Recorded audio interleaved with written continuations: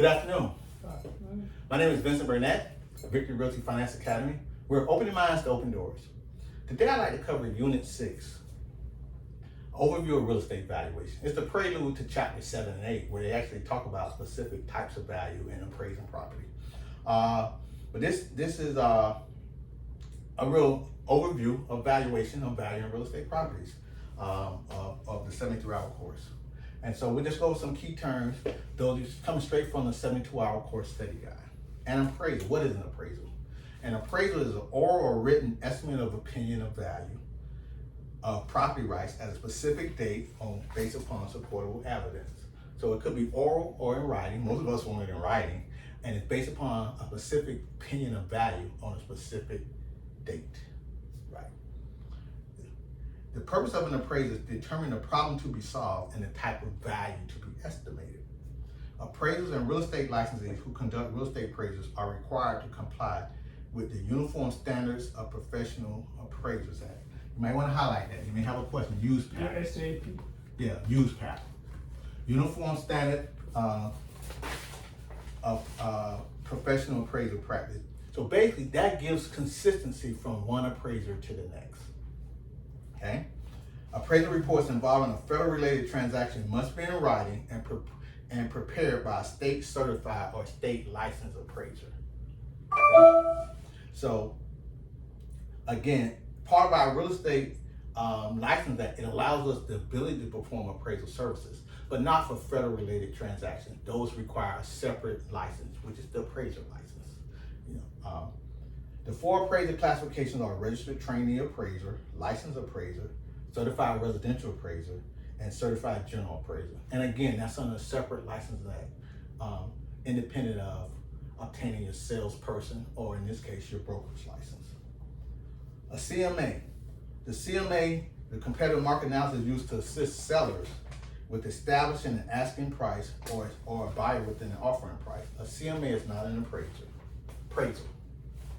A broker's price opinion. A broker price opinion is a written opinion of value of the real property. Florida real estate licensees are allowed to prepare and charge for BPOs, provided the BPO is not labeled as an appraisal. So a couple things. One, you have the appraisal itself, which is the opinion of value. Licensees can do that, as long as it's not for bank-related or federal-related transaction, which most of them are. So most licensees, real brokers or sales associates are not performing actual appraisers. Okay? But then you have the CMA. The CMA is what licensee does every day, where they come up with values, determine how much a property is worth, or for a seller, if a seller's contemplating selling, or a buyer to determine how much they should purchase a property. And the third one is called a BPO. BPO is a broker price opinion, prepared by the broker on behalf of banks, or anybody for give an indication of value. Now, as long as it's delineated that it's broker price opinion, it's not specifically an appraisal, it's fine. Cost. What is cost? Cost is the total expenditure to create and improve. Price refers to the actual money something is paid. Okay? And value is what the market says it's worth. Mm-hmm. Okay, this pen in my hand, it may cost 50 cents to produce it. Mm-hmm. They may sell it, try to sell it for $2. But if the market someone will only pay $1 for it, then that's the value of this pen. Right? Okay? So these are just economic or appraisal concepts. Market value. What is market value? Market value is determined as the most probable sales price. Market value. That's what the people out there say for. Right. So the appraisal seeks to find the most probable sales price based upon an open and competitive market where you got active buyers, active sellers, and with no undue influence by either party. Buyers are willing to pay this, not because it's we're desperate or whatever, and sellers are willing to sell to try to get the most optimum price. So you don't necessarily have to go by the appraised value till you could sell it for what you want. Well, you can try to sell it for what you want, and the appraised value gives an indication at that point in time by that particular appraisal. Yeah. But if a person wants it bad enough, they can escalate it. They can escalate it, and right now the real estate market is kind of hot, and a lot of buyers are paying more than asking price Some of them even more than appraisal price. But what happens when the market starts doing that and you have more data, then ultimately that becomes the new market value. Yeah. But if there's an exception, then that might not be a reflection of it. But when that's continuously happening and you go to the marketplace, that's what market value is, the most probable sales price based upon a given set of circumstances where the buyers are trying to get the best deal possible or the best value possible, and a seller, a typical seller, not under distress, is trying to get the most he could for his particular property. Exactly. So you can see it's a constant, it's not static, it's constant. And then what determines market value? That's a good prelude to what determines market value. And I believe underneath it says supply and demand. Yeah. Right. Supply and demand. Supply is the amount and the type of real estate available for sale at different price level in a given real estate market. Demand is the total quantity of goods or consumers that want to buy real estate. So whenever right now they say it's a seller's market. Why? Because you have more buyers seeking. You don't have enough inventory. Seeking real estate, right? And you have sellers selling, but it's not enough inventory. You're absolutely correct. Whenever the inventory is lower than the buyer's demand, and what happens, that means it's a seller's market and prices go up, right? And the equilibrium, okay, and so the principle of anticipation is based on the premise that the expectation of future benefits creates value. This is an appraisal concept that says the benefits I have now, I'm expecting that to have those same benefits. If I'm buying a property, I expect to go up in value and have the same benefit, the same use for the property. If I'm buying a duplex, I expect to be able to rent all 2 units. I don't expect to rent 1 unit 5 years from now. The principle of anticipation. The principle of substitution, okay, this is another appraisal concept. Principle of substitution, okay. Professor B. bad handwriting, and maybe I'll write this down for principle of anticipation. You're anticipating the same benefits. Anticipation.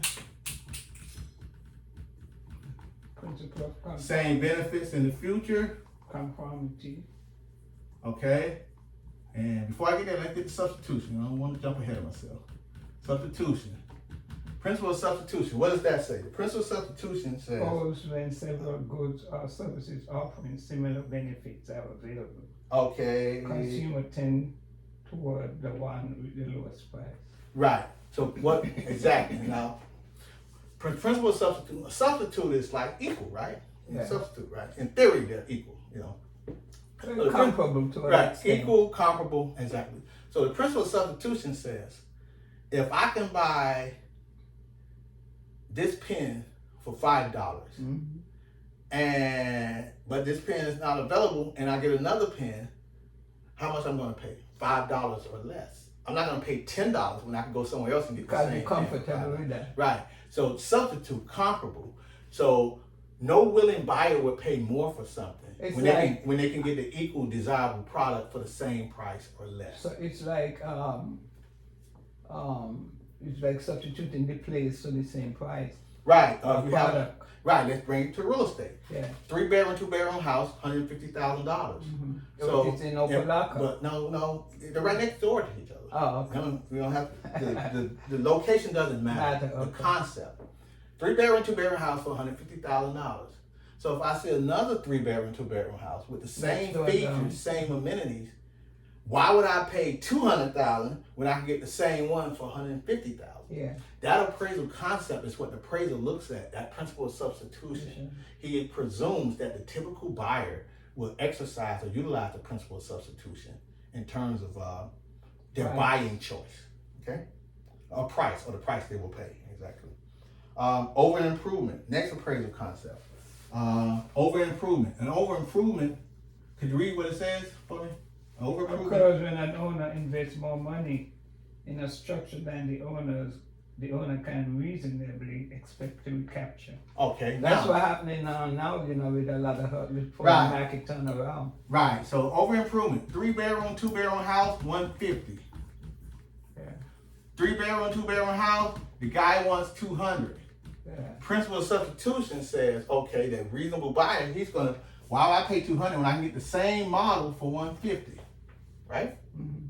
Now, this guy, he realized, wait a minute, okay, now he drops his price, his sell for $150. So it's a $150,000 neighborhood. Mhm. Now, 3-bedroom, 2-bedroom house with the pool. Yeah. Okay, he might get a little more. Mhm. Maybe he'll get 160, 170, 180, right? That's the Because pool. pools sell for a little more. But this guy decides, wait a minute, I want to have the best pool ever.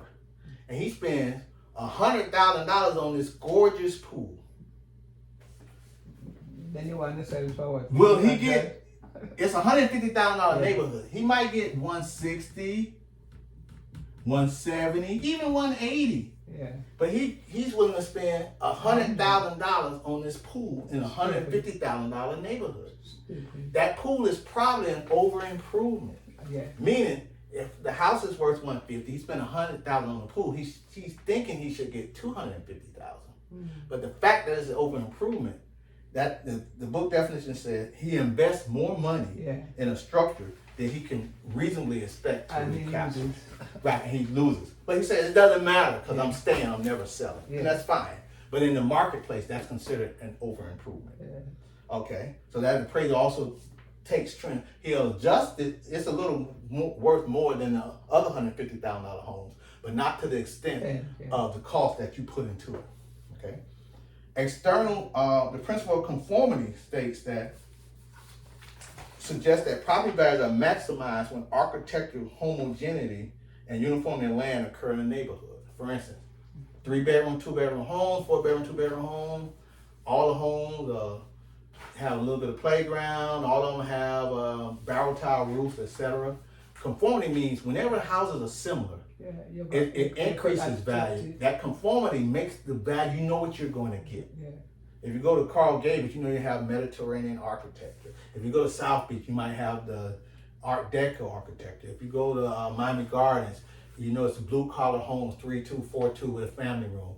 That conformity makes a neighborhood increase in value rather than the uncertainties of that one house, that wooden house among all the concrete brick homes. Exactly. That's the principle of conformity. Okay. Couple more appraisal points, and then we'll for chapter 6. External economies result from all positive external forces that enhance property values. External diseconomies have a negative impact on value. For instance, if you have a home next to a school, that could be a positive if it's a great school and you have schools, parks, things like that. Those things positively affect value. Diseconomies, a graveyard, a liquor store, a nightclub, they serve as external factors to have a negative influence on value. The next one is highlighted here, highest and best use. Highest and best use is the most profitable use of a property. It is the probable and legal use of real property that is physically possible, defendable, and financially feasible. Highest and best use. This is the appraisal concept, very important in appraisal. This concept states that the willing buyer of a property, as well as the most probable value of a property is what can I legally use it for. If you have a house, and it's shaped like a house, looks like a house, but guess what? This house is on West 49th Street, 103rd Street, or 27th Avenue, even though it's a house. Is it best use as a house or is it best use as Office. an insurance office, law office, things of that nature?